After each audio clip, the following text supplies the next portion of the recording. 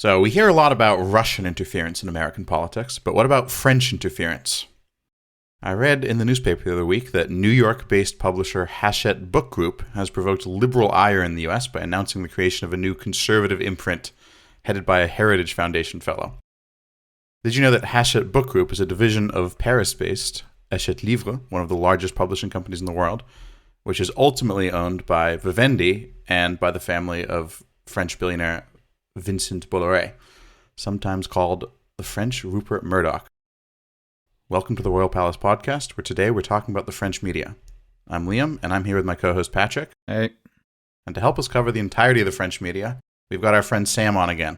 A real media head, I'd say. Can't get enough of it. Big media consumer.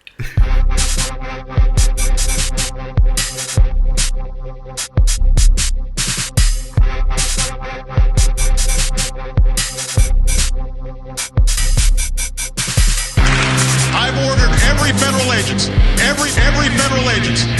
eliminate rules that don't make sense. It's the usual French talk, stall and surrender. All scientists dying of kryptonite. The cultural fall the You Americans have given a lot of trouble. The sense grows very evil.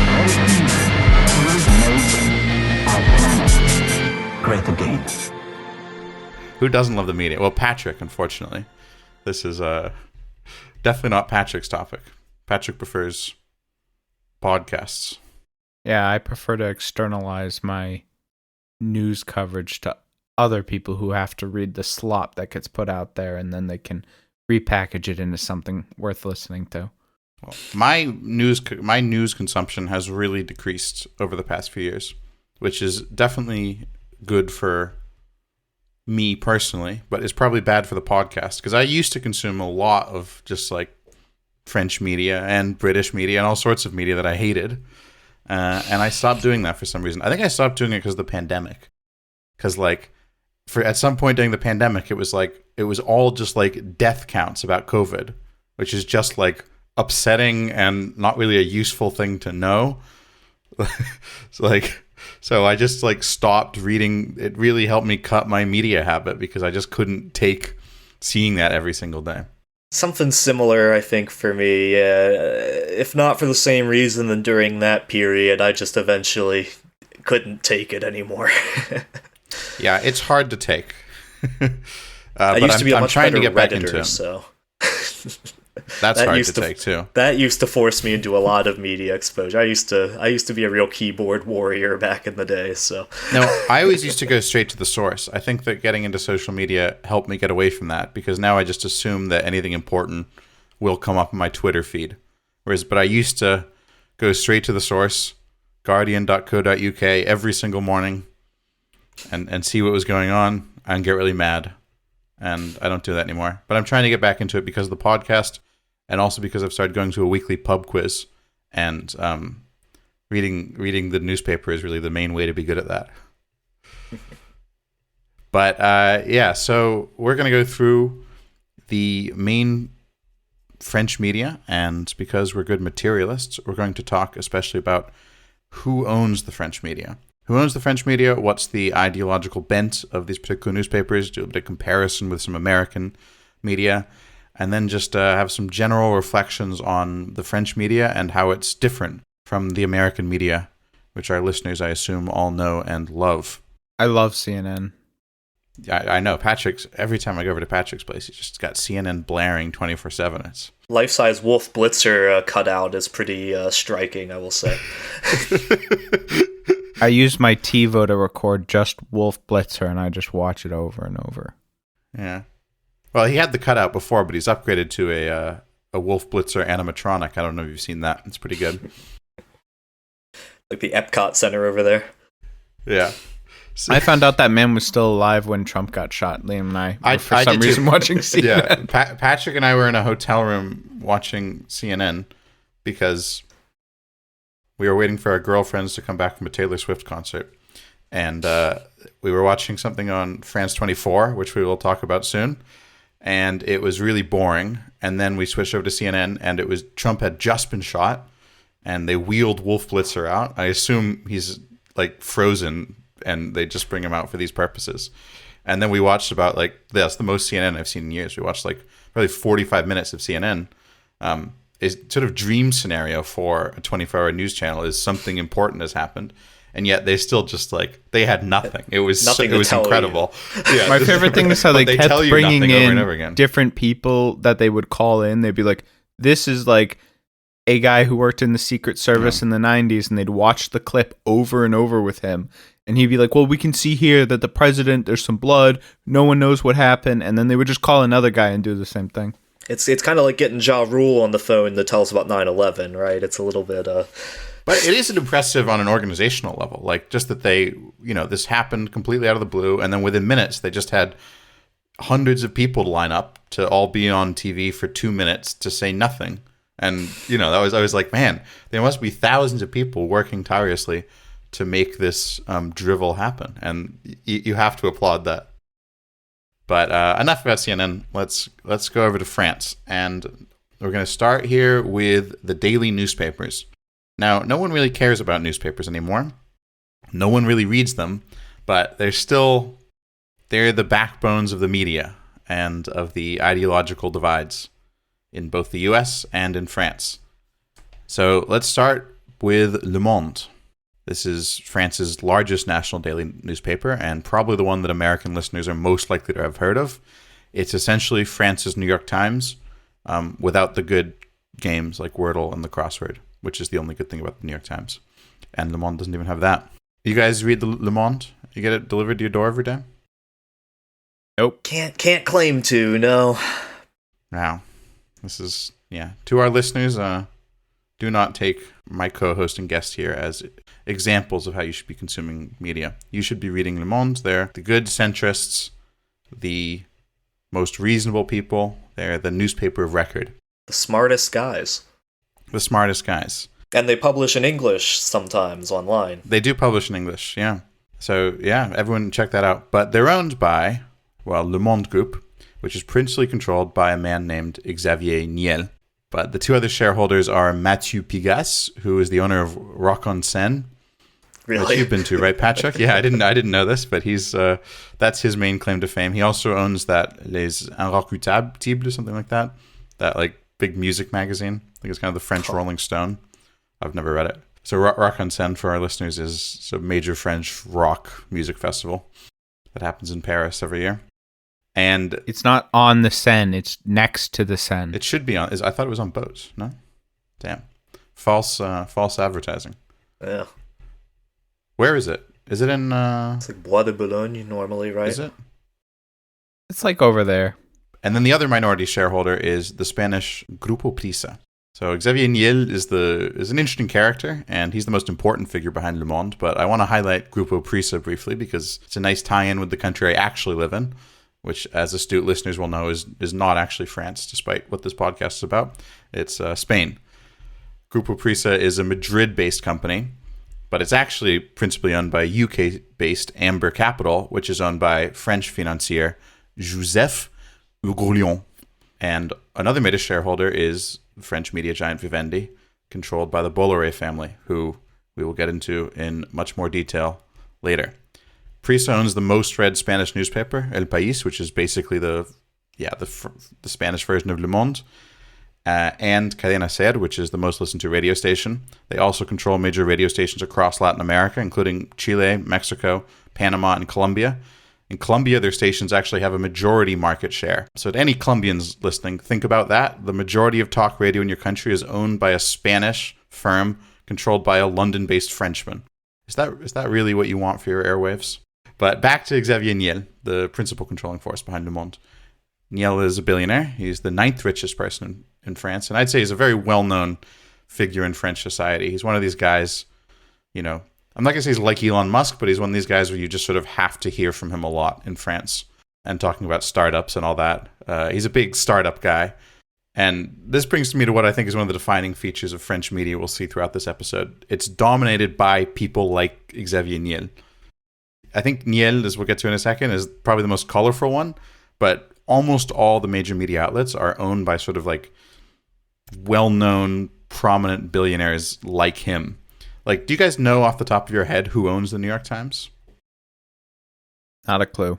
The Democratic Party? Bezos with the Washington Post is like the Right. much more direct comparison here. New York Yeah. Times is actually a bit of a mystery to me. I'm not sure. Wait, I have an idea. How about a foundation of really obnoxious Well, people? probably something like that. Well, the answer is basically there are publicly traded shares on the New York Stock Exchange of the New York Times, and that does have a billionaire owner, which is Carlos Slim, formerly the really? richest man in the world.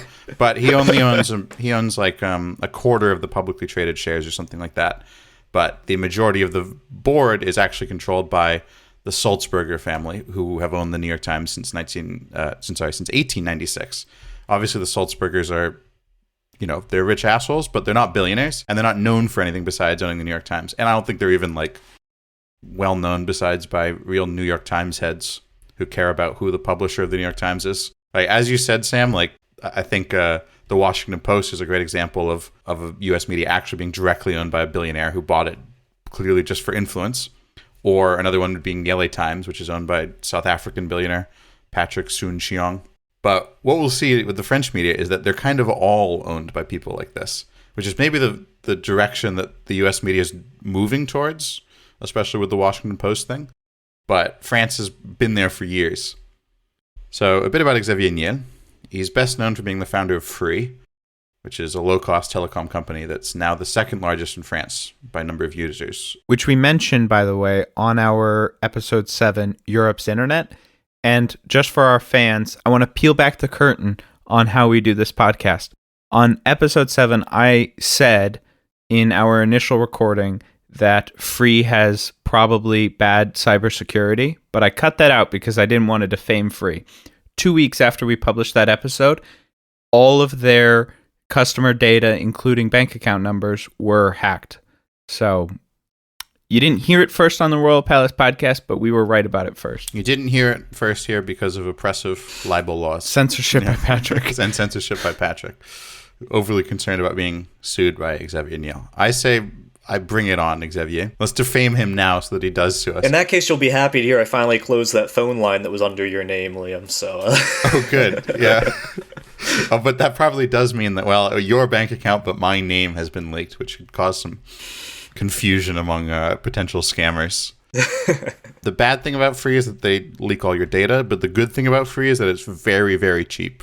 Xavier Niel also owns about a quarter of Unibail-Rodamco Westfield, which is the largest real estate company in Europe, which owns the Westfield brand of shopping centers, which I think have some in the US too. And as I alluded to before, he's also a major startup guy, a big investor in startups, and he founded Station F, which is like a startup incubator / breeding ground for the most annoying guys you're likely to meet around Paris. I guess a really overpriced pizza in there too. I've never been. I kept meaning to go because it does look kind of cool, but... Does anyone know what the F stands for? Fuck? No, I don't know. I mean, it used to be a SNCF station, right? It's like, a freight depot or something. It probably just stands for free or something like that. It's probably just that. It's just an allusion to free. But yeah, so what's interesting about Niel, though, the most colorful thing about him is rose-colored, and it's how he actually made his fortune to begin with, which ties into last week's episode on Minitel. For people who didn't listen to that, go listen to it. But also, yeah, Patrick, do you want to just briefly describe what Minitel is? Minitel was France's internet before the internet. It was essentially managed by the French state, the PTT, in the 1980s, and in many ways it resembled the modern internet we know and love today. Like the modern internet, one of its most important things it had on there, as we talked about on the episode, is pornography. And this is actually how Xavier Niel, founder of Free and owner of Le Monde, made his wealth. So he got into Minitel Rose, which we talked a bit about. It was the sex services, the sex lines of Minitel. And then he expanded that IRL by investing in a chain of Parisian peep shows. And Iliad, which is the current parent company of Free Telecom, was actually originally a pornographic Minitel company that Niel bought in 1991. And actually, he was jailed in 2004. Like, this is well after he's already wealthy and well-known and has founded Free. He was arrested and jailed on charges of misuse of peep show funds and for pimping, like procuring. Oh, hell which yeah, he was, man. which is incredible. He he was cleared of that, but he was convicted of misuse of funds. But again, this is the owner of France's New York Times. I was shocked to find this out because he really is like a guy you hear from all the time and is presented as some respectable person. And I'm not saying being a porn magnate isn't respectable. I'm just saying I feel like people would take the New York Times less seriously if it was owned by the guy who founded Pornhub or something like that. So Niel took control of Le Monde in 2010 when the newspaper was threatened with bankruptcy. And according to a Le Monde Diplo article from the time, Niel once said, "When journalists piss me off, I buy part of their newspaper and they leave me the fuck alone." That's the mentality we like. And now, I have to say for legal reasons that he has denied ever saying this. But, Monsieur Niel, if we're pissing you off, the Royal Palace podcast is for sale. Please buy us. Niel is married to the daughter of Bernard Arnault, which listeners probably have heard of because he's the richest man in the world. And that brings us to the next newspaper on our list, which is the one that Bernard Arnault actually himself owns, Le Parisien, the Parisian. So Le Parisien is technically a regional newspaper, but because it's a Parisian regional newspaper, it's one of the most sold and most influential in France. It also has a national edition, Aujourd'hui en France, which is what it's called like outside of Paris, but everyone just refers to it as Le Parisien as far as I've heard. It was originally a Gaullist newspaper, but they moved away from that stance somewhat in the 80s. And these days, it's mostly known for being apolitical. Like, I've read many articles from there exclusively for things that were, like, about Paris. Yeah.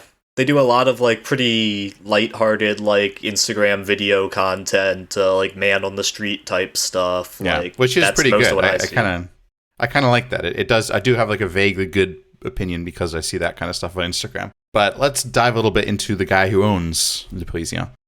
So, Bernard Arnault owns the company LVMH, or LVMH, with a wealth of 230 plus billion. Arnault is the richest man in the world, according to Forbes this year. Although that title has gone back and forth between him and Elon Musk. It's kind of interesting that Jeff Bezos is now fully left in the dust. I think he lost a lot in the divorce. He lost a lot in the divorce, but he's still in the top 5. And I believe that he can come back. Let's go Bezos. Let's go Jeff. Honestly, I'm fascinated by LVMH. Well, I'm not fascinated by what they do, but I'm fascinated by the fact that it has made him the richest man in the world. Because for those who don't know, LVMH is just a company that sells ultra luxury products to really rich people. And that's what the French economy appears to be becoming. As we'll see later, another major French media outlet is owned by another guy who got his wealth the exact same way.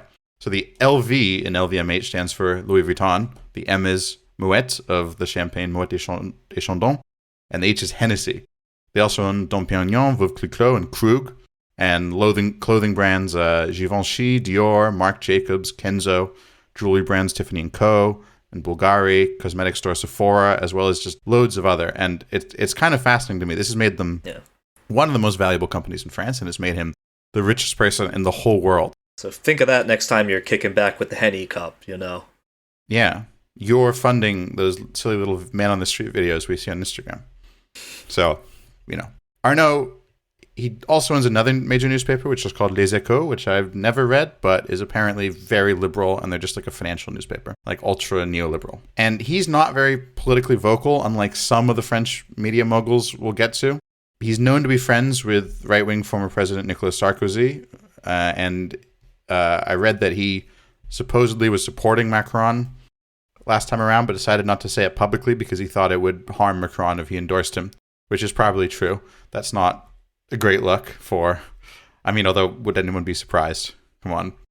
I've seen a lot more headlines purporting to, what he allegedly is whispered in Macron's ear, especially during the recent formation of the government, where there was a lot of reporting. I don't know how much any of it was confirmed, with Arnault weighing in on who could and who mustn't be a minister. I think there's been more of an effort since he took the crown of world's richest man to kind of implicate him in politics on the part of more left-leaning media. Yeah, you definitely see he meets with everyone.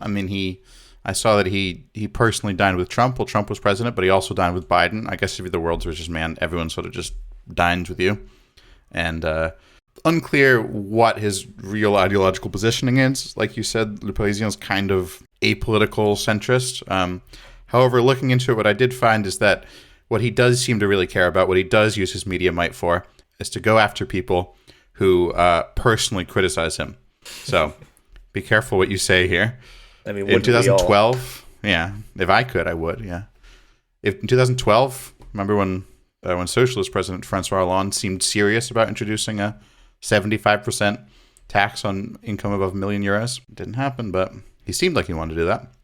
And it actually freaked out a lot of the billionaires, including Arnault, who moved to Belgium and applied for Belgian citizenship as sort of tax exile. And the center-left newspaper, Libération, which we'll talk about in a minute, published an incredible front page. I don't know if you've seen this, Sam. I hadn't heard of this, but in 2012, they published a front page with a picture of Arnault holding a suitcase and the words, "Casse-toi, riche con," over it. Wow. Which means, get lost, rich asshole. And that's an allusion to Arnault's good friend Sarkozy's famous phrase, "Casse-toi, pauvre con," get lost, you poor asshole, which is what he was caught on tape whispering into the ear of a farmer who refused to shake his hand. And Arnault responded to this by withdrawing LVMH advertising from Libération. And LVMH's brands are like the main advertisers in the French media. Full-page Dior ads or whatever. So it actually threw Libération into a financial crisis. And they did the same thing to Le Monde in 2017 when they made the grave error of reporting on the Paradise Papers, in which Arnault prominently appeared as someone who was cleverly evading taxes in France. And again, they cost Le Monde millions of euros in advertising revenue. Luckily, LVMH does not advertise with us, so Arnault can't punish us for this negative coverage. However, if they're interested in taking out an ad, we will, of course, delete this and happily turn this into a segment for Hennessy, which we are all sipping on right now. Yeah, every episode, actually. So let's talk about now a right-wing newspaper. Yes, that's right. Neither of those two billionaire-owned newspapers we just talked about are right-wing. France's major right-wing newspaper, Le Figaro, is, would you believe this, also owned by billionaires. Specifically, the Dassault family. Aha. The owners of Dassault Aviation, one of France's largest military contractors. You seem like you know some stuff about Dassault, Sam. You're a military guy. I mean, they're unique in that they're very tightly held.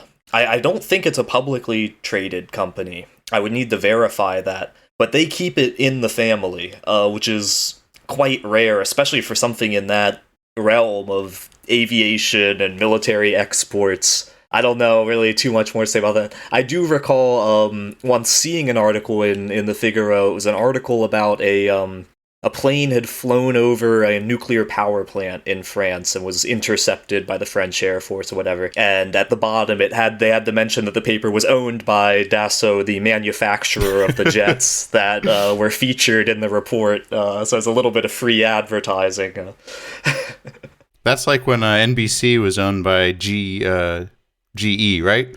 And they used to have to, reporting on bombs being fired in Syria, say that, for full disclosure, those bombs are manufactured by us.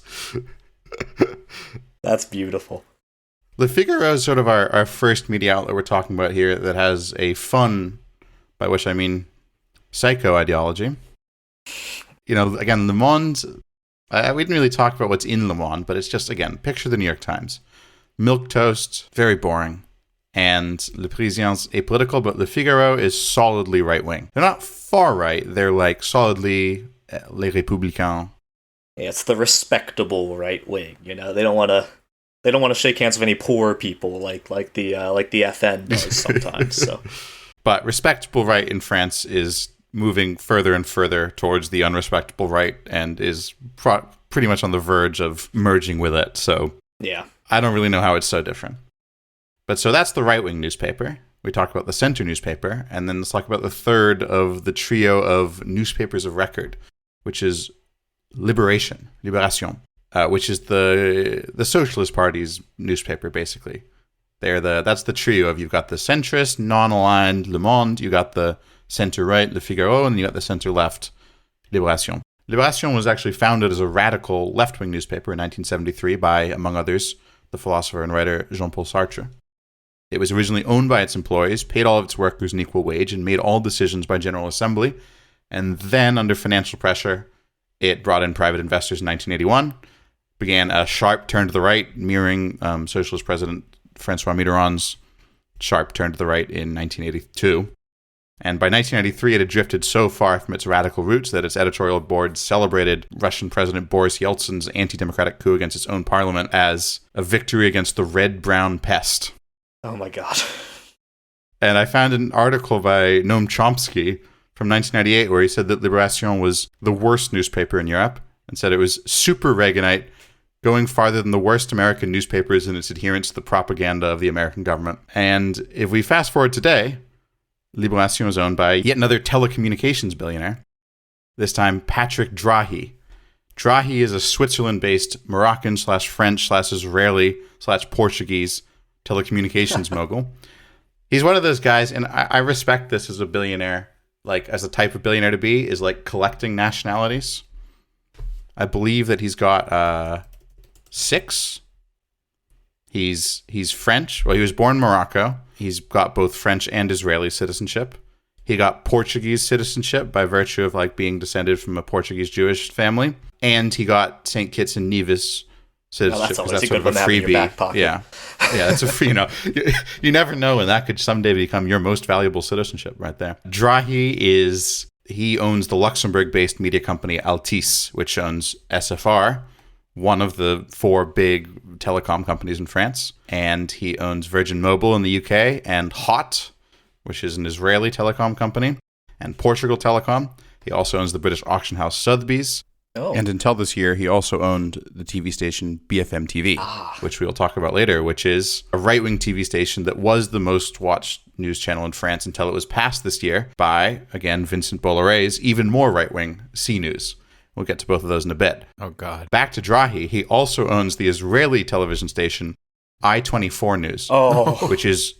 I was surprised to learn this. Like, I-24, for those who don't know, is like very like pro-Likud, pro-Netanyahu, very far-right Israeli television channel. So this is kind of astonishing, right? Libération is supposed to be the left-wing newspaper to the left of Le Monde, and yet they are owned by an Israeli billionaire who is one of Israel's... Actually, I don't know much about Israel's media. I don't want to say that's the most insane. Who knows what they've got going on with their TV channels there, but a very far-right Israeli station, and also until recently, BFM TV, which he's now sold to someone else. We'll get to that later. That's pretty wild, yeah. What do you guys think about Libération, though? Because, we're getting here into, like, territory of, like, newspapers I would sometimes read. They sometimes have good articles.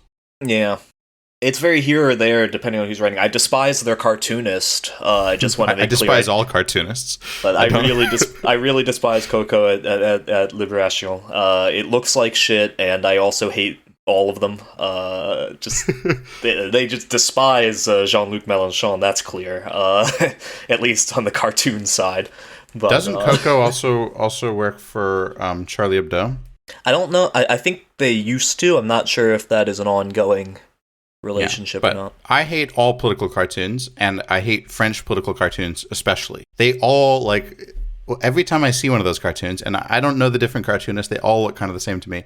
I just think they make everyone like they seem like they're drawing anti-Semitic characters of people who aren't Jewish. Like every single one, they like it's like they portray Mélenchon with like a huge nose, or like they portray everyone just like a cartoon from Der Stürmer, and it's. I really hate the font on their website. It like every time someone sends me a Liberation article and I open it, I'm like, no, I'm not. Yeah, I agree. It's a really weird font. I don't know how to describe that, but yeah, go to liberation.fr and check it out. I would call it playful in a context that it shouldn't be playful. Yeah, this is serious. But I do kind of like their front pages sometimes. Like that one. They get some good ones, yeah. That one of the get lost rich asshole, like just that as their front page about Bernard Arnault is awesome. I have to hand that to them. I'm trying to think if there's like a US equivalent, and like we really don't as like a major newspaper in circulation. I guess it's kind of like maybe like the New Republic, maybe, where you'll have some left-leaning stuff in it. It's sort of, for your educated, well-heeled, left-wing, left-leaning individual, you're very university white-collar, champagne socialist, I guess. Yeah. Yeah, New Republic is a pretty good comparison. Maybe The Nation, too. Yeah. But it's you're right that we don't have... This is maybe where France starts deferring from American media. Like, it's pretty easy to say Le Monde is the New York Times and Le Figaro is the Wall Street Journal. Yeah. But yeah, what is the, like, this is a newspaper that's left of the New York Times for sure. I know a lot of people in the American context would say that New York Times is left wing. That's not true. I don't know what else to say about that. Like, like no one really. I guess some people might say that Le Monde is center left. I think that's also not true. Like, yeah, that's a you know, real... they're kind of ideologically diverse. They're kind of like, they probably overlap like Le Monde, both Macronists, and then some people who vote socialist and some people who vote center right. Like they're really kind of in that center there. Mm-hmm. Libération is squarely like, again, even though they're owned by this clearly very right-wing billionaire, they're squarely like on the left, quote unquote. Yeah. Although I don't think they're great fans of Mélenchon, for example. No. I don't know. They're very much in the I mean, like you said, it's kind of the organ of the Socialist Party, you know, and it's very much in that niche of your like medium environmentalist, very pro-European, center-left, socially progressive thing, but you know, nothing scary and radical, you know. The NPR crowd, maybe? You could kind of say it's that. Not NPR, but definitely its listeners, like, yeah. The fact there's only two parties in the US really confuses people on this left versus liberal thing, but in France it tends to be a bit more, like, I think people who read Libération versus Le Monde are more conscient of why they do. Mm-hmm. You know? Yeah. I also think there's a bit of an identity aspect of it, which is like, if you read Liberation in the 70s and 80s, you still see it as somehow part of that identity, even if it's definitely more right than it was. It's way more right than it was. Like, they were celebrating. They had a headline celebrating when Phnom Penh was taken by the Khmer Rouge. Yeah, like, they were sympathetic for the first few years of their existence towards like terrorists, towards like Red Army faction people like this. And they've come so far. Yeah, but that's then. like anti-war people. I mean, it's not the same thing, but it's like anti-war people in the U.S. who have completely just lined up behind the New York Times, even though when they were kids they had much more radical views. Right, but the New York Times itself was not like that in the 70s. That's the difference. No, that's true. I do think it is the case that, like, yeah, their audience is probably a big section of their audience who just have moved right, kind of like the Green Party people, like in Germany, whatever, where like they were actually radical in the 70s, and now NATO's strongest soldiers. Now they love coal. Yeah. And that brings us to take another step left through the newspaper spectrum to L'Humanité, Luma, which means the humanity, founded by the great Jean Jaurès, definitely a hero of this podcast. It was the official newspaper of the French Communist Party until 1994. It's still generally associated with the Communist Party, but they don't like toe the party line anymore, partially because there isn't really a party line anymore. And also the Communist Party is barely even an organization anymore. And because they sold it off. They privatized it. They actually privatized it. They sold it to, like, I think Vivendi owned a bit of it. But that didn't really work out, and it got sort of brought into like the hands of its readers and the people who work for it to some extent. It has the admirable distinction of being the first newspaper we've talked about that is not owned by a billionaire, which is quite something. The structure is kind of strange. It's owned like partially by an association of its readers, partially by its employees, and partially by just like various people involved who, like, former editors, former Communist Party officials who put in some capital when they were unprivatizing it, I guess. But I have to admit that I don't know much about Yuma. I feel like I should. I feel like I'm sympathetic to it, but I almost haven't read any of it. Have you, Sam? It must sound like a prick. It's kind of grating to read a lot of times, to be honest. Like, I don't read it very much, no. A big part of the thing that stops me from getting into a lot of these newspapers is, like, all these major French newspapers have completely paywalled websites. Yeah. Which is, you know, I mean, fair enough, I guess, but it does make me, like, every time I click on an article, I can only read the first two paragraphs, and I'm like, I'm not going to subscribe to L'Humanité. I have gone to, I went to their festival, which is pretty great. It's called the Fête L'Humanité, and it's this, like, kind of a strange combination of rock festival and left-wing conference, I guess, left-wing festival. Kind of had a damper on it when I was there, which was 2021, I think, because for a number of years, the Communist Party has been feuding with the other main left-wing force, as we've talked about before, the France Insoumise. You mean the only other left-wing force that has any sway at all? Yeah, and so most young people who would be sympathetic to this festival are more sympathetic to Mélenchon, La France Insoumise. And those people also went, like the people I went there with were like, you know, they were more Mélenchon people than communist people. But it was just kind of weird. Like, we didn't want to see anyone who was speaking there because, like, they had, who did they have on? They had one of Macron's ministers come speak as like Of course they did. Yeah, it was so stupid. And the crowd was just booing them. And It's getting too down in the weeds probably for our listeners, but, like, is it not true that the festival is, like, weirdly largely funded by, like, Carole Delga and, like, the Région Occitanie also, like, for some time? Yes, that is absolutely true. I'd forgotten about that. But yeah, there was so many, like, Carole Delga. Like, the right wing of the Socialist Party. The right wing of the Socialist has, Party, they're called dissident socialists who oppose, like, the Union of the Left. The people who heard of the Popular Front who were like, that's a bad idea. Yeah. Yeah. And who have, like, a really well-established regional power base in, like, the southwest of the country, basically. Yeah, and that her region was, I forgot about that, but when I was there, at least, their sponsorship was all over the festival. Which is weird, because, it's again, the festival is still associated with the Communist Party, and that's the Socialist Party. Traditionally, they don't get on great, but yeah, it was weird. It's still fun festival. Kind of the weird thing about it is, like, it was very communist, but a lot of people there just come there for the music, because they do have, like, big name artists, and it's also really cheap.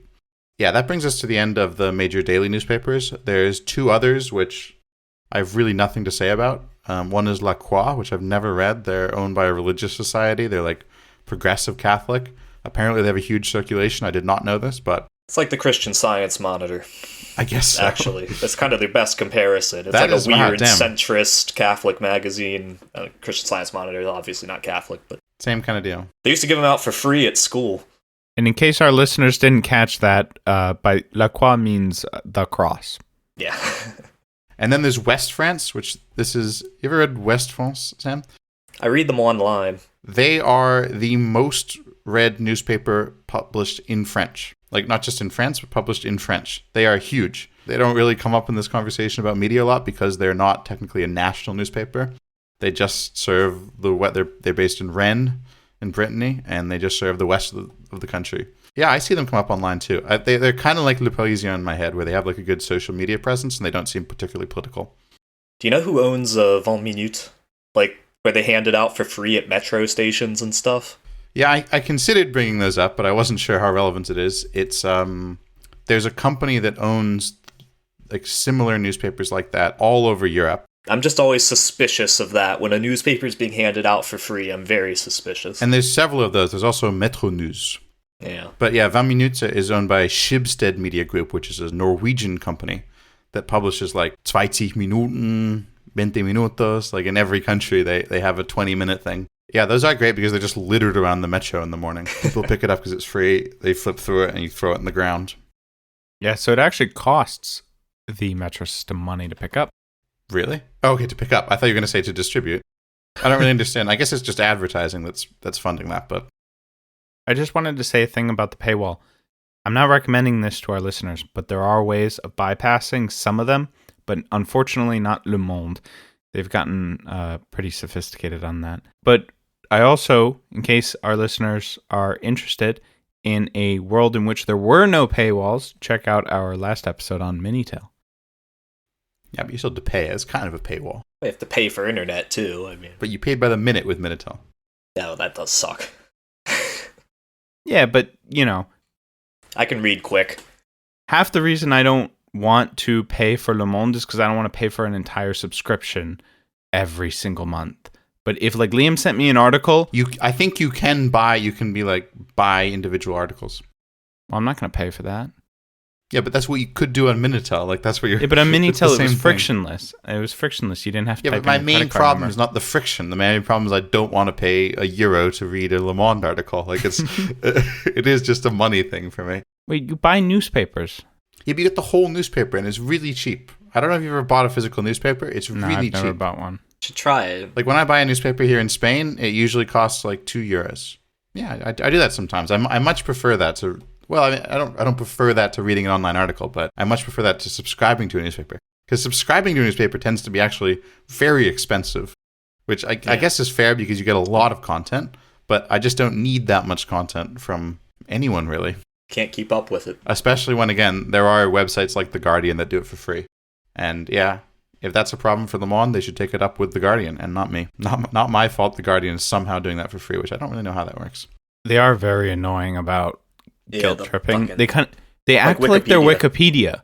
Yeah. Like, it is ridiculous. Like, I guess they're kind of owned by a not-for-profit, but like, it's hard for me to take this at face value. This is a charitable organization, the same way that like Wikipedia is. Like, They also do the same thing that Wikipedia does, which is like implying that if you don't give $2 this very moment, somehow this, by the way, relatively well-endowed foundation will just go underwater.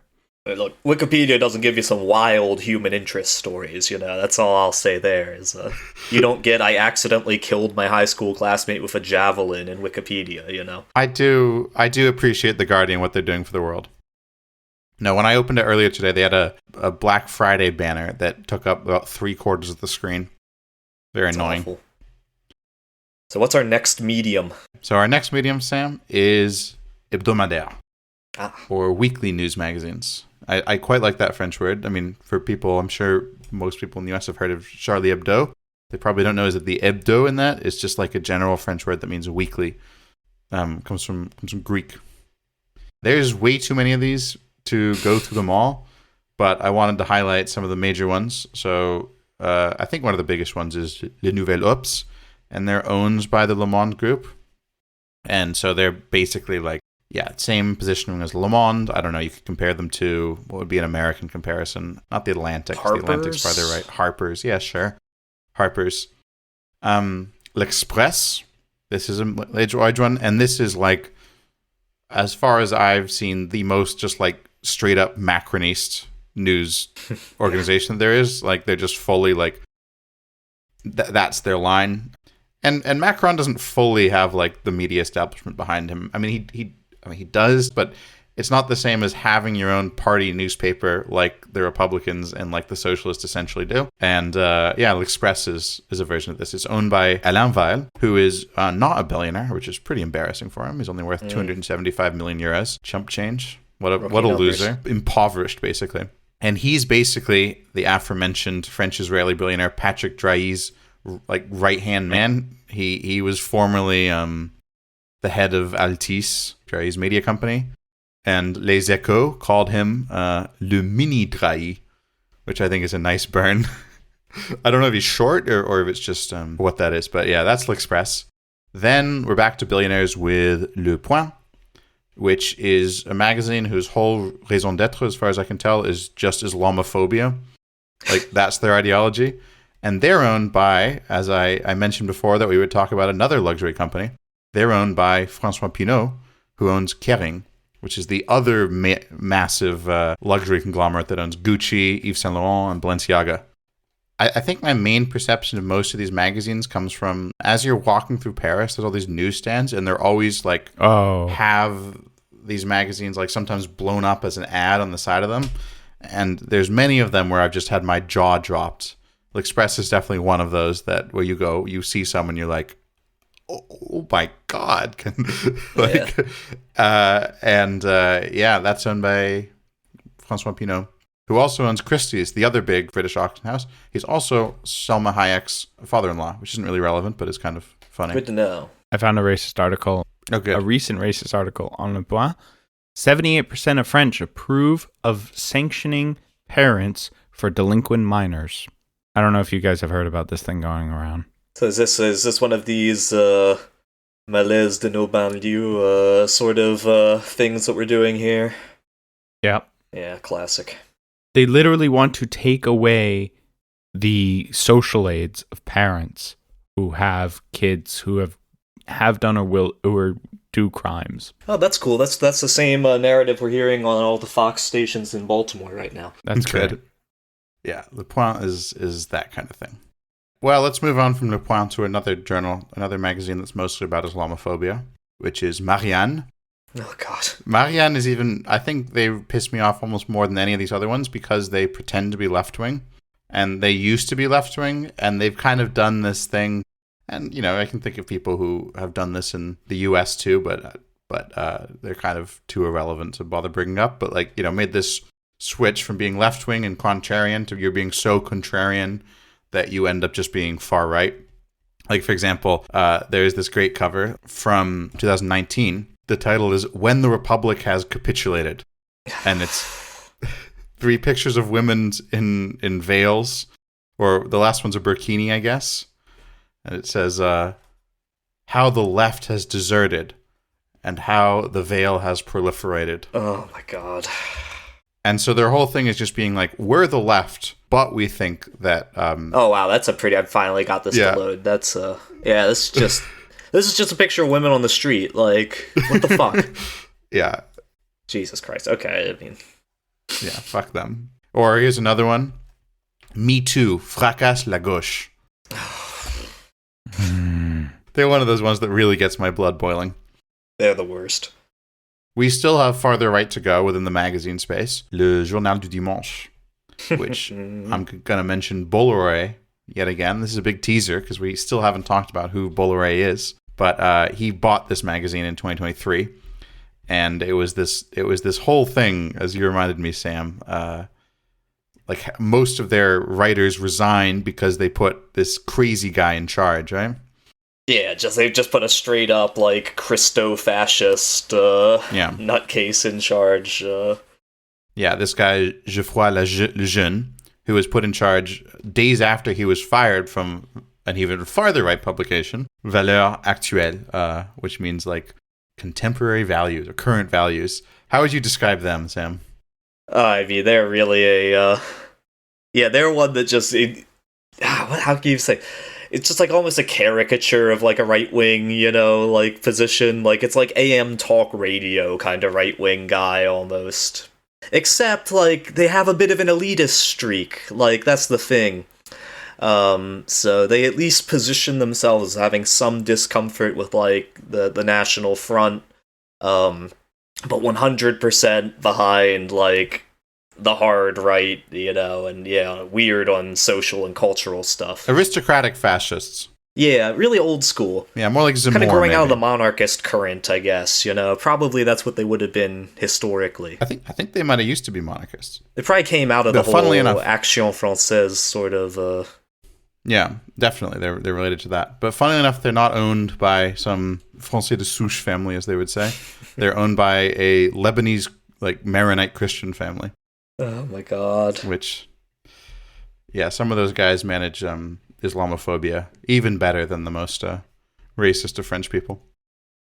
So that's the fucking dreary world of weekly news magazines. But now let's talk about another grim space, which is French TV. So there are 4 major 24-hour news channels in France, the equivalent of Fox, CNN, NBC, MSNBC, etc. They are CNews, BFM TV, LCI, and France Info. So let's talk first about the most watched one and the worst. I don't know if you heard about this, but they actually passed BFM TV to be the most watched news channel in France this year. And that is CNews, which means it's finally time to talk about Vincent Bolloré, who I've been teasing all episode. So CNews is the flagship station of the Canal Plus group, which also owns a number of cable channels and the major film studio, Studio Canal. I think they're the biggest French film studio. I mean, I can't think what else. They're huge. Be. They seem to make every French film, or at least be involved in some way. They make great movies. I mean, I have to hand that to Mr. Bolloré. I'm not going to hand much else to him, though. Except stock in our podcast. Which, yes, I will absolutely hand that to him at a very reasonable price. He can buy me out if he wants to, and I'll say whatever he wants. So like Hachette Livre, which we talked about at the beginning, it's owned by Vivendi, which is one of the largest media companies in the world, and is ultimately controlled by the family of Vincent Bolloré, who's the 8th richest billionaire in France. France has a lot of billionaires. Too many, some might say. Vivendi is a diverse media company. I don't know if you know the origin of Vivendi, or who founded it. No. Technically, it was founded by Napoleon III. Wait, what? And it was originally, yes, because it has its origin in the Compagnie Générale des Eaux, the General Water Company. And yeah, under Bolloré's ownership, it sort of gradually expanded out from utilities into media, and then eventually they ditched their whole utility arm altogether, which is now Veolia. That's just crazy to completely, instead of just spinning off a new company, to take a utility company and turn it into a media company that's pretty fun. I think they should rebrand it again as Compagnie Générale des Eaux, but just still being mainly a media company. I'm gonna buy up like U.S. Steel or Union Carbide and turn it into, I don't know. I'm gonna run like a BuzzFeed kind of thing off of it. It would be like if after GE bought NBC, they then renamed NBC General Electric and then ditched all their manufacturing arms. Yeah. And that's what they should have done. So Vivendi until 2021 owned Universal Music, the biggest music company in the world. Wow. Polaroid individually with Vivendi are still the biggest shareholder. They also used to own Activision Blizzard. What else? A ton of things like that. They seem to be, they seem to be winding down. Like, I don't know if it's because Vincent Bolloré is retiring or what, but they seem to have be selling off a lot of stuff. So besides Vivendi, the Bolloré group also has its fingers in all sorts of things. They made they were originally doing paper. They're the Bolloré dynasty was originally just a paper company, and then they expanded into rubber in French Indochina, and they still, one source I saw at least says that they still are the biggest producer of natural rubber in the world. They also make electric batteries, and they make those Bolloré Blue cars. And until recently, Bolloré Africa Logistics operated 42 ports across Africa. That's now been sold to Mediterranean Shipping Company. As of lots of their they had all these neo-colonial assets across Africa, and they've ditched most of them in the past 3 years, and I'm not sure why. Getting out in front of the coups. Yeah, maybe. Good call, I guess. Wonder whose fault those are. Yeah, probably Africa hated a French billionaire owning all their ports, but they're going to love Mediterranean Shipping Company, the opaque Swiss-based Italian family-owned company. They're going to love that. Those are the right guys to be operating the ports. So Vincent Bolloré is now largely retired from his Bolloré group and from Vivendi, but he remains probably the most important force on the French right, and that's largely because of CNews and also his radio station Europe 1. So CNews, the interesting thing about CNews is that it's only existed since 2017. That's when Bolloré bought it, and in 7 years, he's turned it into both the most watched news channel in France and also, basically the Fox News of France. He's turned it into the channel that controls the right. I think it's remarkable. The best description would be, and we'll get to BFM, up until CNews blew up, BFM was the go-to Fox News comparison. Think about, in the US now there's OAN, there's the One America News Network, right? Even more right-wing than Fox News. Imagine if that overtook and replaced Fox News, That's what happened here. They plopped down in the space of a couple years. Even more right-wing channel that just metastasized like a cancer, and it's insane. Yeah, and French politics was already broken, but it's really broken French politics. They're pretty much single-handedly responsible for Eric Zemmour, the guy who makes Marine Le Pen seem reasonable, appearing as a serious political contender. It's hard to emphasize just how extreme they are. They were sanctioned a record number of times during the past elections by the French broadcasting regulator for just pure disinformation and undue. And there is regulation in France about being even-handed and stuff, and they routinely break those rules and take those fines because why wouldn't they? It's pretty crazy. Yeah, the system especially, and there's been a lot of criticism about the French regulators on this, but the system has always kind of relied on some degree of self-censorship, right? It was considered embarrassing to be sanctioned for, spreading false information, for example, or defamation, right? But CNews kind of just took the Donald Trump approach to it, where they said, "Well, what if we do it and don't apologize?" And it seems to be working, to be honest, because you see content that you think ought to be illegal or probably is illegal all the time on CNews. Yeah, and they get fined, but it's not really it doesn't dissuade them enough. I guess the fines aren't big enough, and their business model is just going with it. Yep.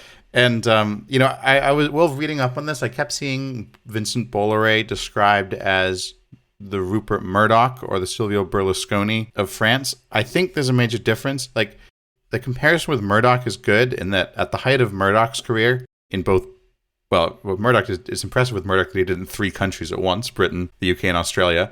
But if you're on the right at the height of Murdoch's career, you had to go meet with Murdoch and be and convince him of your deal in order to have any chance of success. And it's very clearly the same with Vincent Bolloré now. Like, not just for the far right, but also for the normal right. They all are reliant on going and begging at his feet to, like, please choose me as your new disciple and talk about me favorably on C News. That's the only way. What's different, however, I think, is that Murdoch and Berlusconi both made their money from media. And like Murdoch, and the Murdoch empire is doing terribly now financially, not just because he's on the verge of death, but also just like they're falling apart financially because it's no longer profitable to be a media mogul. We're in a new world, which doesn't mean that there aren't media moguls. It just means that the new media moguls like Vincent Bolloré are people who made their money doing something else, and they become media moguls after they've made all that money in order to influence things. So it's kind of like reversed. It's again the bit of the Bezos model that we mentioned earlier. Exactly. And I kind of think we don't have anyone like Vincent Bolloré yet in the US. But we will. Yeah. And I'm excited to see who it is. I'm sure they'll be great.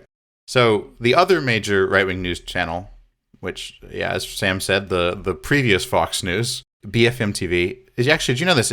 It's kind of surprising. It's actually not owned by a billionaire. It's owned by its workers. I thought you said it was owned by... I'm kidding. It's owned by a billionaire. Yeah, it's owned by... I was about to say, okay, I don't know why I bid on that. I don't know why I bid on that so hard. That's obvious. That would be funny, though, wouldn't it? If it's just like our workers just happen to be like crazy, right? No, it's... Awesome. It's owned by a billionaire, specifically the family of the late Lebanese-born French billionaire Jacques Sadeh via CMA CGM, which stands for the... Did you know that? The Compagnie Maritime d'Affrètement - Compagnie Générale Maritime, which is the third largest shipping container company in the world. They bought it this year from Drahi, the owner of Libération, who we talked about earlier. It's kind of crazy. It's weird that both of the right-wing TV networks in France are owned by shipping magnates. It's pretty... It's kind of cool, almost. CMA CGM I've been fascinated by for a while, because they're one of like the big winners from the pandemic, as most of these, same with Mediterranean Shipping Company, who we mentioned a minute ago. They've just made an enormous fortune from all the shipping disruptions during the pandemic, basically. Like the cost of containers skyrocketed, and these companies cashed in. And they're both privately owned companies.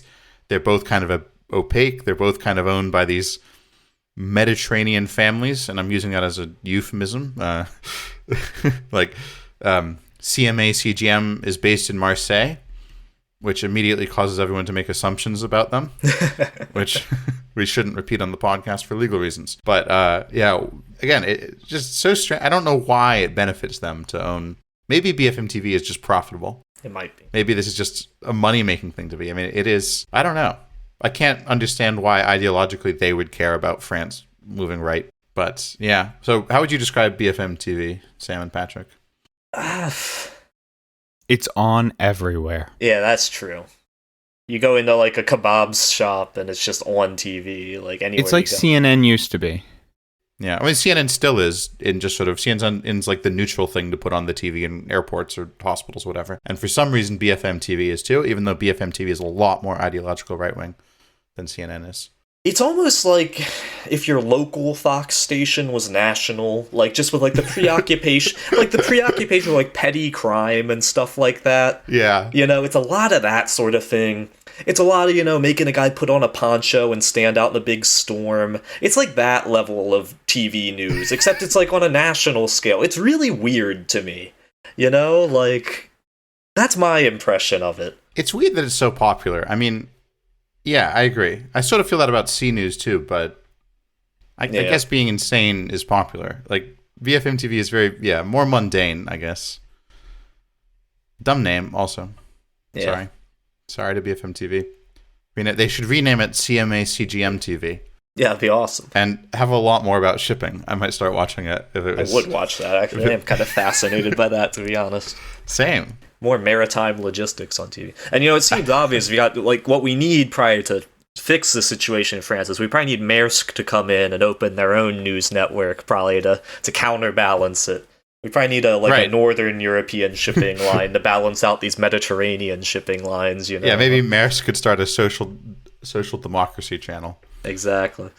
That brings us to the third biggest news channel, which is LCI, which I didn't know this. It just stands for La Chaîne Info, which just means the news channel. And in a refreshing break from C News and BFM TV, LCI is also very right-wing. I guess less so, but they are just clearly right-wing. I'm not sure I've watched it even once, to be honest. I never watched TV in France, so... No, me neither, and that's kind of a big blind spot for me. I'm thinking I should get really into watching C News and then come back in 6 months after boiling my brain on C News. Radicalize yourself and rattle off crime statistics for us. And I should just clearly have C News on the background as we're recording, and I just keep going, mon Dieu. Yeah, and shaking my head audibly. So yeah, LCI is the sister channel of TF1, TF1, which is also called La Une, which is the most watched TV channel in France. But it's not a news channel. It's like, I don't know, normal things, TV shows, whatever. They have some news, I guess. It used to be public. It was privatized in 1987. Now it's owned by, again, also refreshingly, a billionaire, and even more unusually, a telecoms billionaire. Martin Bouygues, I always say that wrong, Bouygues, and his family via the Bouygues Group. Bouygues is a huge conglomerate that also owns Bouygues Construction, Bouygues Real Estate, and Bouygues Telecom. Also does a ton of stuff in Africa also, kind of common for again, there. Similar guy. We're seeing that there's two very profitable things to do in France that get you into media, and that's sketchy stuff in Africa and telecoms. Like, we've now talked about media organizations that are owned by 3 of the 4 major telecom company in France, right? Free, Xavier Niel owns Le Monde, Bouygues owns LCE, and Patrick Drahi of Libération owns SFR. Well, there you go. So yeah, that's pretty remarkable, yeah. That's all 3 of them except for Orange, which is the biggest one, and I think Orange is not owned by a singular person. It's more publicly traded. Yeah, but it's kind of fascinating that, like, these telecom guys just making so much money since the liberalization of telecoms. It really makes you think, maybe telecoms should be public instead of just being industries that make an obscene amount of money for people who just pour that money into funding Islamophobia. Just a thought. Well, then the government's got to step in and fund the Islamophobia directly, so I mean, like, what do you want to do there? Who's going to pay for the Islamophobia? I mean... Hopefully under the new government we can get that with the next thing we're talking about, which is the state media. So we've gone through all the major private media organizations in France, except for one, which is Groupe M6, which I couldn't find anything interesting to talk about because they don't have a political news channel, but they are quite big, and they're owned by RTL, aka Radio Television Luxembourg, which is owned by Bertelsmann, which is the holding company of the German billionaire Mohn family. Yet again. But sake of talking about billionaires, let's talk about the state, the biggest billionaires of them all. So there are basically 4 state media companies in France. They are France Télévisions, Radio France, France Média Monde, and Arte. So France Télévisions, and this is where we'll get to a major difference from the US. France Télévisions has a 29% market share across their 5 different channels, which is quite remarkable. So there's no equivalent in the US, obviously. NPR is not the equivalent, despite what some people think. NPR isn't a public channel. They're like the vast majority of their funding is coming from donations. It's not coming from the government, especially after Trump cut the whatever that organization was called that was giving them some funding. And they're not run by the government either. Is it the endowment for the... who cares? The endowment for the arts, something like that, yeah. Yeah, so this is actually public. This is actually owned by the government. And until 2022, it was funded by something that's very common in Europe called a television license, or a redevance in French. So this is just like every year, everyone who has a television had to pay 138 euros, is I believe what it was when it was abolished. And again, that's the same in Britain. That's how a lot of European countries fund their public broadcaster. And, you know, it's always a matter of debate in every country, in Britain especially, because it's quite regressive, because it's like a flat tax. There's also the question of, like, if you don't have a TV, but you're watching stuff online that's coming from the public broadcaster, should you have to pay it, and so on. And France just abolished it in 2022, basically at the urging of the right and the Macronists. And they decided to fund it from VAT. But I don't know if you guys have heard about this. They've only approved that as a funding source through 2025. So in 2025, a new law is going to have to be passed to find a new source of funding for French public media. Currently, there is no plan for this. Awesome. And surprise, surprise, the National Rally during the election campaign this year said they would privatize it. Call me a cynic, but it feels like this might have been the plan from the beginning. No way. I'm sure they thought that they would figure no it out. way, But they're man. just like, we need a couple years to figure this out. Yeah, disturbing. We'll see what comes from that. But currently, French public television is a huge deal. So they run France 2, France 3, France 4, France 5, and France Info. That's 5 different stations. You may be wondering why there's no France 1, but that's because that's what was privatized to become TF1, as we mentioned just previously. Apparently they chose that one because I was like, why did they choose the first channel? Because like, normally you would privatize like your second channel, but apparently it was because that was the government of Jacques Chirac in 1987, and it was their perception, I don't know how accurate, that France 1, or whatever it was called at the time, was more left-wing than France 2. Of course. So France 1 got privatized and France 2 got kept. And yeah, France 2 is like the main general channel.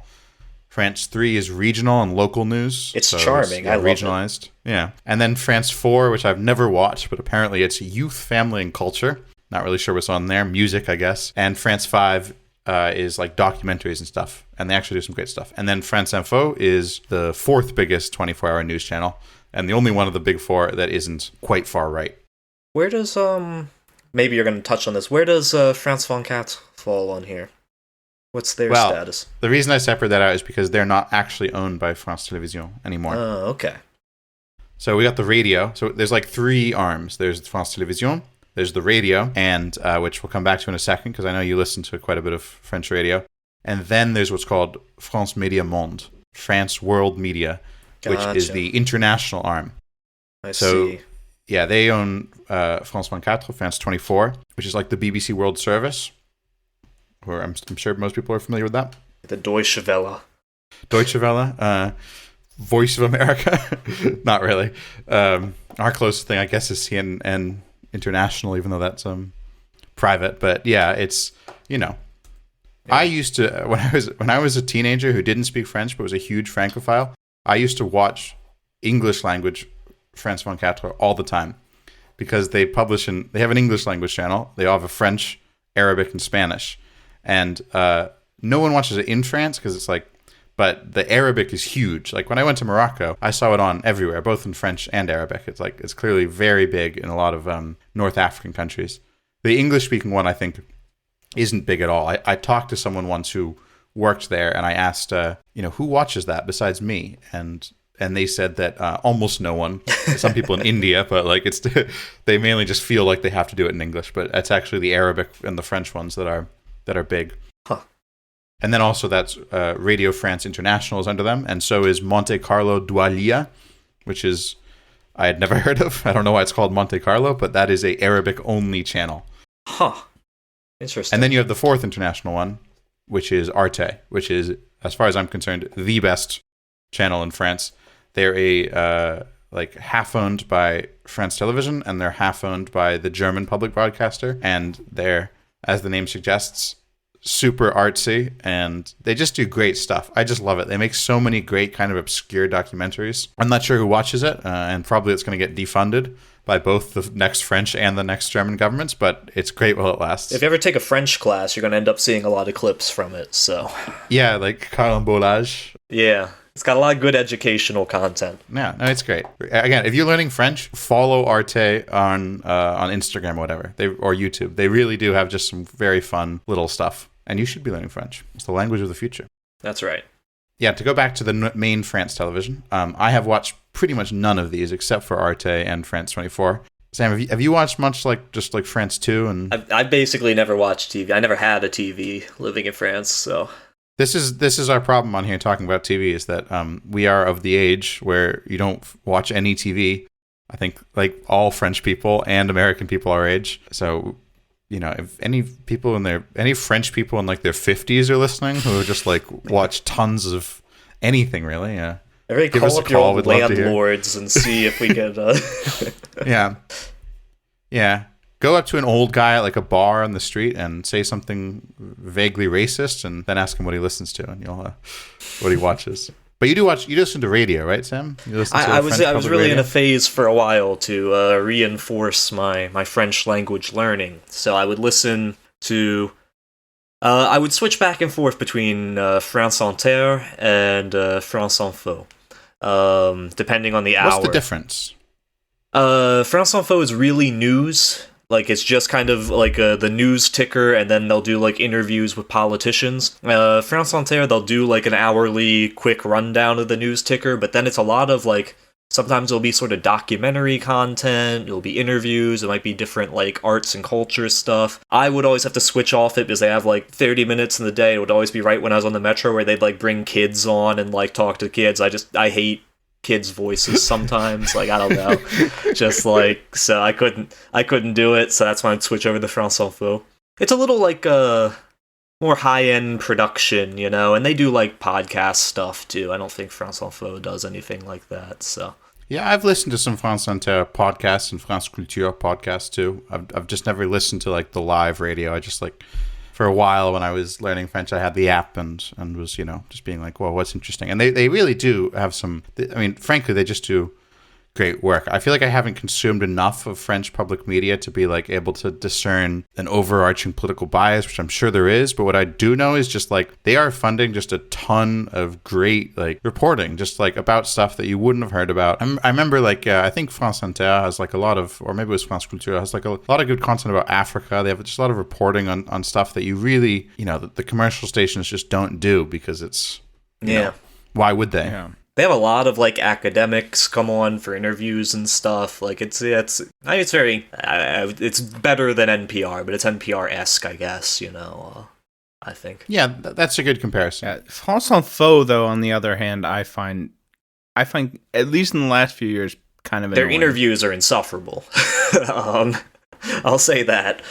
But also, I feel like they have like maybe it's my perception. I mean, I've been listening to them on and off in the car for the last 6 years, and I just feel like they've gone completely in the Macroniste camp, just as ironically the country has gone the I opposite. kind of detected that kind of slant, yes. From what I understand too, there's been some editorial like reshuffling internally of their hosts and stuff, so.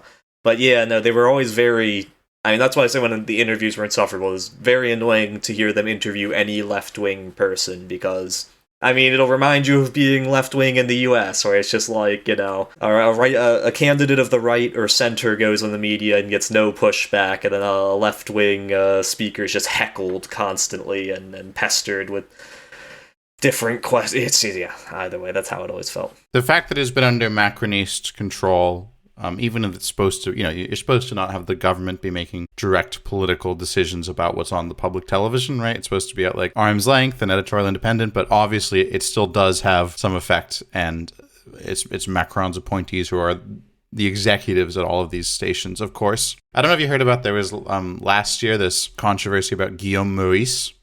Yes. The comedian who I used to listen to, actually. He had this, it was like he had a regular segment on this show called Le Grand Dimanche Soir, which was like a comedy show. And he made this joke about Netanyahu, where he said several things about him, but the one that really set people off was that he called him a, quote, sort of Nazi, but without a foreskin. And, Oh yeah, you know, edgy joke. But C News really took it upon themselves to run a crusade against him, smearing him as an anti-Semite and so on, everything you can imagine. And eventually France Inter fired him. And there was just a whole controversy of like, you know, was there political pressure to fire him? Because I think initially France Inter defended him, and then France Inter fired him. And it's like, you know, were there some phone calls coming from the Élysée? Who knows? But that was a big thing that made people sort of doubt the independence of the public media, I suppose. 100%. And then I think France Inter, the historical bit, they've gone through several rebrandings, but part of why they've landed on this was they're descended from Radio Paris from back in the day, but that label had to be abandoned after that became the mouthpiece of the Vichy regime during the period of occupation. And so that was And so that was one of the slogans of the resistance was Radio Paris lies, don't listen. And so they had to abandon that branding after the war. Fun little historical tidbit. That is fun. So what I decided not to include in here is to talk about the private radios, because I don't know much about it. There's a lot of it, and I think that may be pushing our listeners' interest in the French media to start talking about all these radios. I don't know. Have you listened to any of them, Sam? No, but from what I've read, I mean, they are... I saw a headline the other day that, shockingly, and in contrast to almost everywhere else on Earth, radio listenership in France was up, and it's due to insane right-wing radio talk shows on some of these stations. So Europe 1, basically, which is the C News, Bolloré exactly owned. Yep. And yeah, not that much else interesting going on there. I haven't dared to listen to Europe 1 ever, and I don't want to. So, if enough listeners write in and tell me to, I will punish myself for you. We should do a live, just first copyright violation, just having it loudly playing in the background through our mics, and also, just kind of remark which on is what we're useless for our presumably non-French speaking listeners, but we're just sort of badly translating with a lot of That could be great Twitch content. Yeah, we should just do live streams of us watching French media and kind of just idly commenting on it. I think everyone would love that. Anything else to say about the state media? I say the regional stuff does pretty well for why that seems to be pretty strongly supported. I assume will be the first thing to go in case of privatization is the France Free TV, and France Bleu is the regional radio, I think, right? Yeah. I got interviewed on France Bleu one time. That was a big highlight for me. I did. It was during the World War I reenactment thing. Yeah. Did you? So that was fun. I got to be on France Bleu, Champagne-Ardenne. My moment in the spotlight. Yeah, because correct me if I'm wrong, there's not much private region, local media, right? No, aside from, West France, that's big. There's La Voix du Nord. There's, newspapers. I think West France has a TV channel now, actually. I think that they got, what was it? C8 or something lost their license. I forget. And I think West France got their TV slot. Yes. But excited to see what they do with it. Yeah, that could be fun. But yeah, I mean, other than little regional newspapers, you don't have I think Alsace, because they're special, might have some sort of TV or radio thing. But yeah, it's true that there's not a lot of that exists outside of the realm of the state, I don't think. Which is a major difference from the US, and probably quite a good difference, is that you can actually get reliable and good local news in France, which you absolutely cannot do anywhere in the US unless you're in a very major city. Yeah. The last thing I want to talk about briefly is the independent media.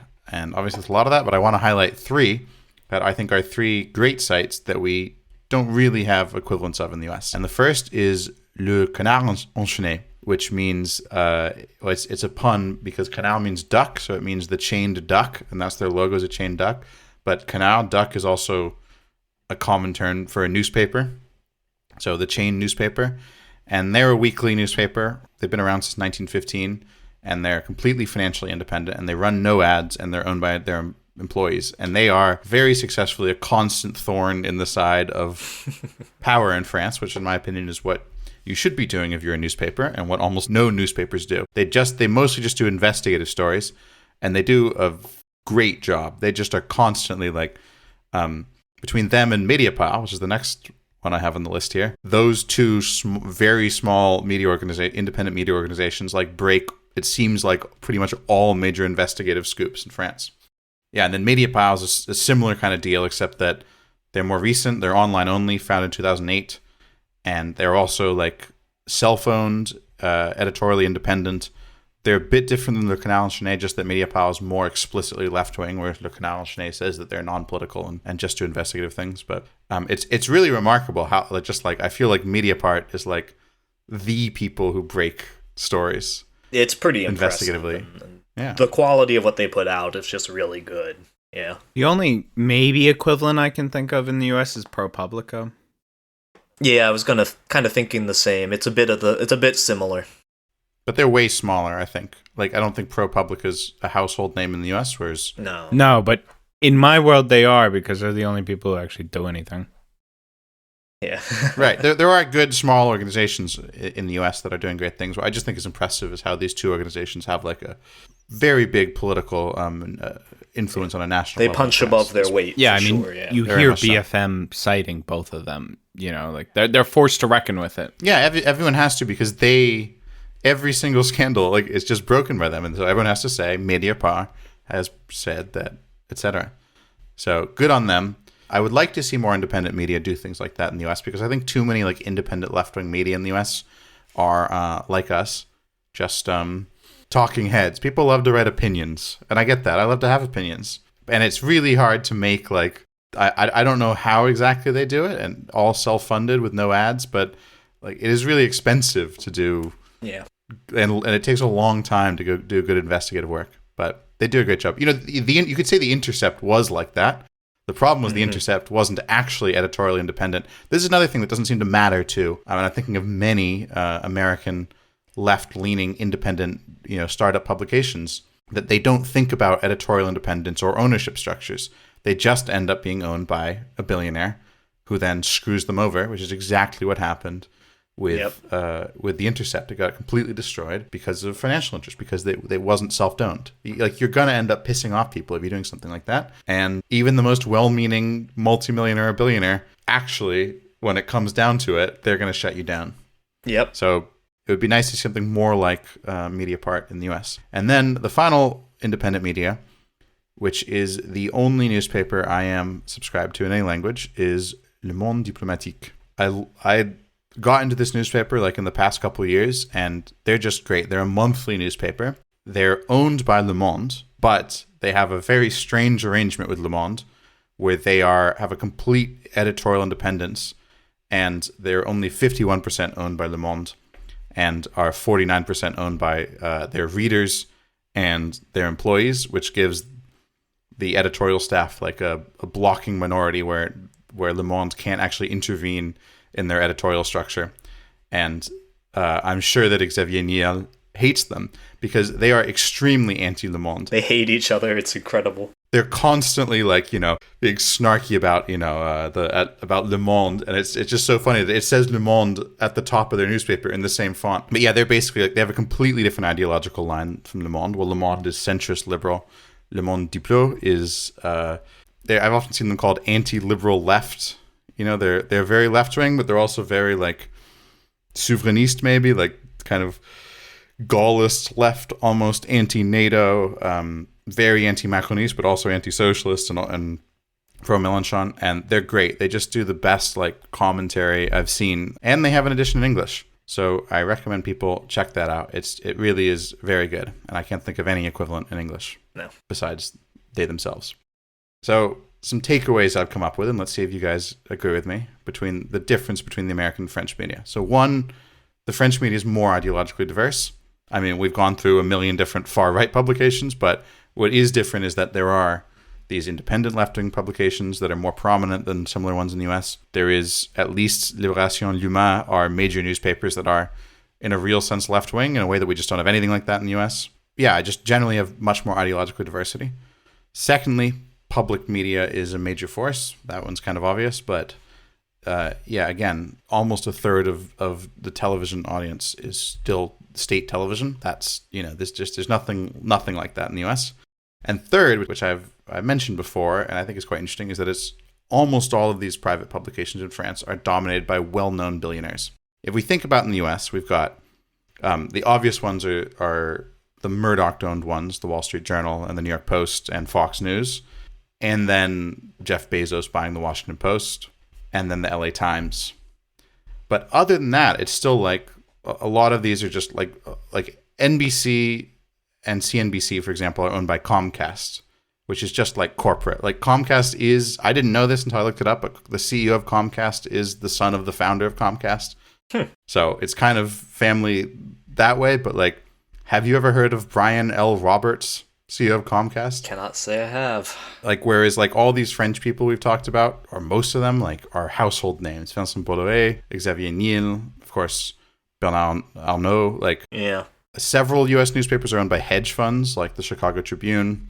CNN is owned by Warner Brothers, again, kind of faceless, publicly traded corporation. The Boston Globe is owned by the guy who owns the Red Sox, so that's kind of similar. USA Today is owned by SoftBank. I didn't know this. That's kind of funny. But I just think it's interesting. It's different, and I think we might see the U.S. media move more in that direction. You know, people might see what Bezos has done. And yeah, I was about to say, it's like so often the world goes the way of the U.S., but it feels like the U.S. is bound to go more the way of France in terms of just billionaires of ideological projects taking direct control of media, you know, rather than indirect influence. And yeah, there's the Bezos example. I don't know if the whole thing with like Sinclair Broadcasting and all the local TV news coming out under that insane right-wing umbrella, that I don't really know the story behind that, but it's a little bit of that current of yeah. I mean, obviously Murdoch did his thing before, but really weaponized information, you know. Yeah, Murdoch was definitely a pioneer. Berlusconi was also a pioneer, but in France it really feels like this has reached its peak where every single major newspaper is owned by a billionaire. Like, that's crazy, except for Luma. Did you see recently that Elon was talking about or tweeting about buying MSNBC? Because NBC is putting MSNBC up for sale. Makes sense. I don't think he'll do it. I don't think that I don't believe it. But it would be great if he did. I mean, it wouldn't be great, obviously, but it would be it would push us towards the more inevitable French model if he did. At least then we can stop treating journalism as something respectable, maybe finally. Maybe we'll get to that point where you're just allowed to disdain these people. Yeah, but sadly, people still treat it that way in France. Like, people still treat Le Monde as respectable, even though it's owned by the porn guy. I don't know. Any other takeaways? I don't know. Print culture's healthier, I guess. Like, that's kind of a mundane takeaway. It probably won't last, but it is just crazy the number of fucking magazines over there. Having a lot of magazines is a sign of sickness for your society, I think.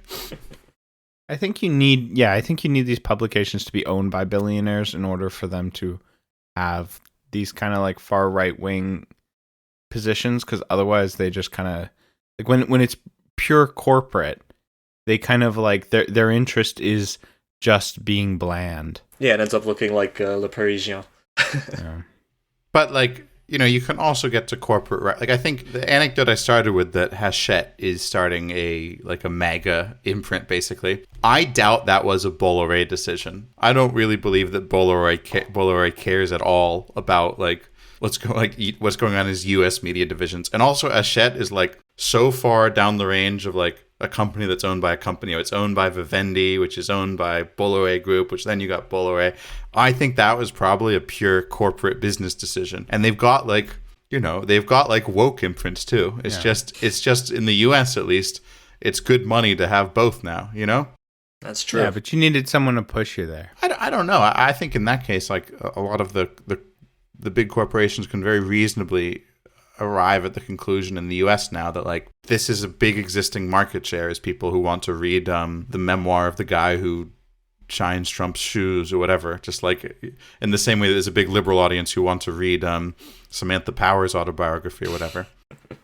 Right? Like it's true that like I think you need the billionaire ownership to really take the aggressive, like, we're just going to push this whole country to the right, which is what Bolloré has been doing in France with C News for the past 7 years. But when there's already just like, as in the US, like, you know, at least 30% of the population is just settled into being like that and consuming media like that, it makes sense for even the most apolitical milquetoast corporations to serve them what they want. So we want more state media?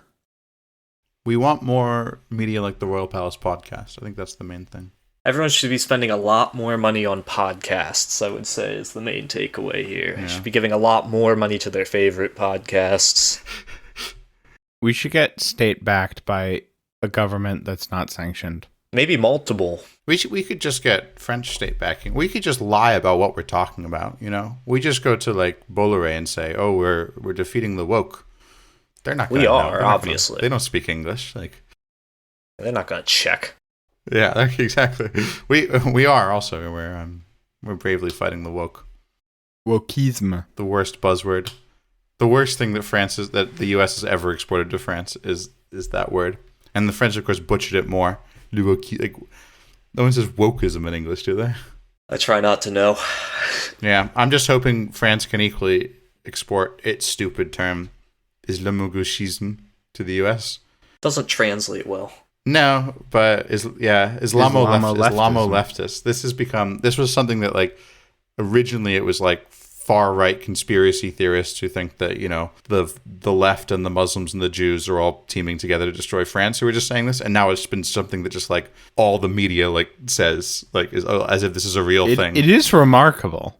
It's pretty crazy how normalized that is. Like, even on France Info, you defend anything, like, I don't know, if you say anything about Palestine, you might be called an Islamo-gauchiste. Absolutely, yeah. Okay, well, thanks everyone for listening. Thanks, Sam, for coming on Always a pleasure. And telling us about media. This has been the Royal Palace Podcast. Thanks for listening. Until next time, au revoir. He's known as the French Bill Gates. He has billions to spend on technology. And when Jim Bitterman met Xavier Niel, he found that Xavier was funding a whole new set of entrepreneurs. I try to help my country. I think France is an amazing place where, you know, the word entrepreneur is a French word. Entrepreneur is a French word. Entrepreneur is a French word. Entrepreneur is a French word.